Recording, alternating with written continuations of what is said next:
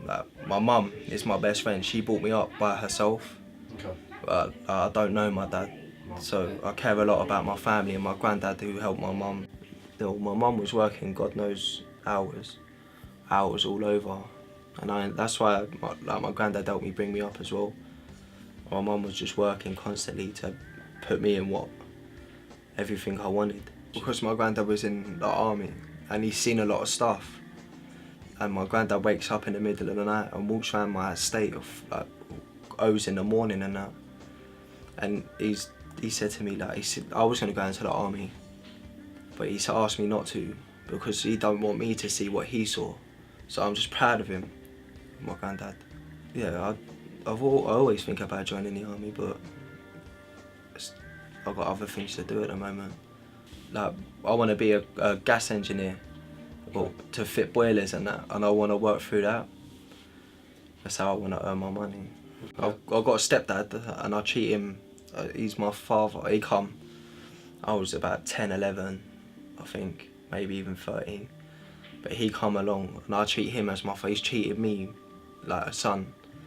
So, well, I respect anyone that comes into a relationship with a woman who already has a kid that's about 13 years old, and I respect him for that, and I respect it taking me on as his child. Well, I did give him a hard time at the beginning because it was more of clash of personalities. Because my mum says me and him are like two peas in a pod, we're exactly the same. If he looked like me, people would think we were twins, just exactly the way we were. Like, if he was my age, people would think we were twins. And I just respect him. When I moved out of my mum's house when I was 16 into my nan's, I just started, because we were out of our way a bit more, so the heat went down, and we just flew on from then. I go pub with him because my mum lives in Isle of Sheppey now. She moved away from here to give my little brother and that a better life. I get, because I got like in a lot of trouble around it as well. But to give my mum, give me brother and sisters and that a better life. But my stepdad still comes down here. He picks me up, takes me football. We'll go for drinks. We'll go for a meal to have a catch up. He does things like a normal son and father would do, and I respect him for that. My mum, she helped me get into college. I did beauty therapy and I didn't really enjoy it, so I quit. But she guided me to go back into college and get a qualification and become successful and want something out of my life, not just get nothing and end up like somewhere at McDonald's. I care about people. I think about things before I do it, stuff like that. I'm always energetic, always walking about, getting into places and stuff like that. Spontaneous. I like to do my own thing, sort of thing, and I like to do it differently and stuff like that. People have told me that plenty of times as well. I like to settle down, have a family, sort of thing. So find a person to settle down with, have a family, and just to be happy, sort of thing, innit? Just to have a good time as well and stuff like that. Granddad's influenced me from my whole life, really. Just like telling me stuff like to do, sort of thing like that, influencing me on what to do and stuff like that, just pushing me in the right direction. Yeah, I used to go to school, but I used to bunk a lot as well. And then it was only when I got my GCSEs coming up, I realised how important it was. And if it wasn't for my head teacher, I probably would have had no GCSEs. So it was a lesson. He basically told me that if I didn't knuckle down and start attending classes, that I'd have no GCSEs and how much harder it'd be to get to college and get a job and start my life, really. I didn't know how important they were, because loads of my friends don't have GCSEs, and I thought they've got jobs, but it's not what they want to do. So I just thought, if I do my GCSEs and start knuckling down, then I'll get what I want. I want to be happy, like married and have kids, but I also want to be a successful hairdresser. I've always wanted a big family. I've got a twin sister and 2 older brothers and sisters, and just family means a lot to me, and I just always wanted a big family.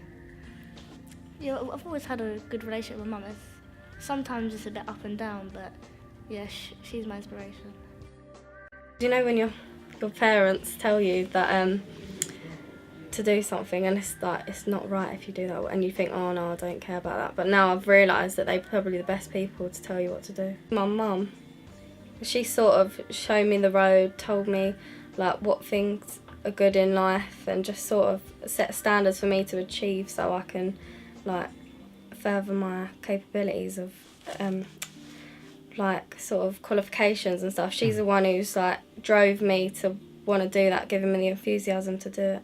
Well, my sister's a social worker, so she's inspired me as well.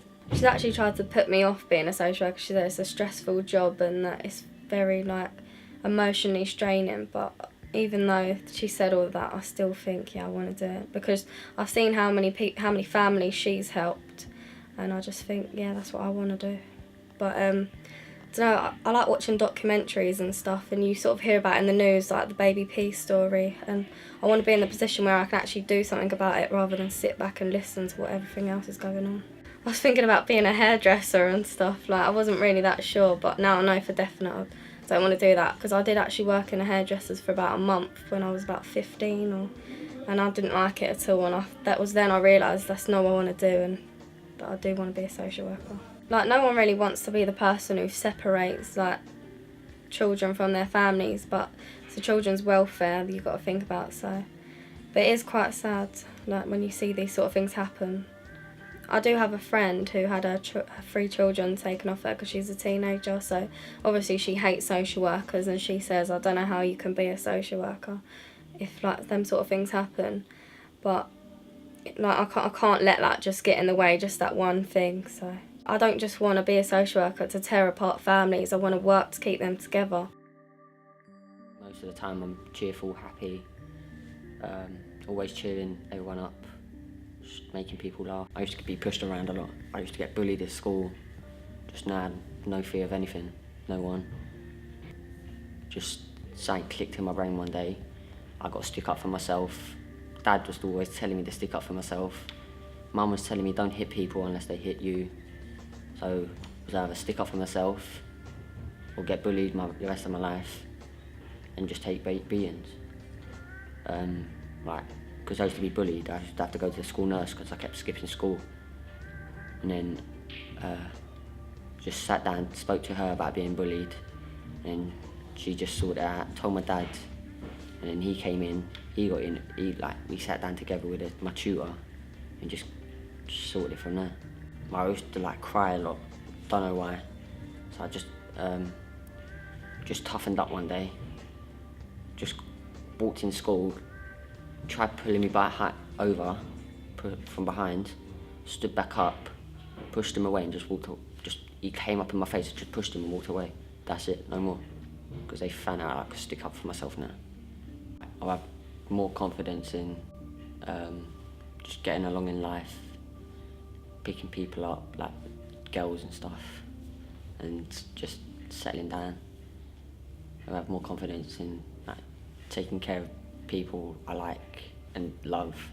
It's interesting to hear like what people ever think about my life instead of just them, my friends, because they've known me since I was little, so they know everything I get up to. So I'm like expressing my whole life to someone in like 10-15 minutes. So that's quite good.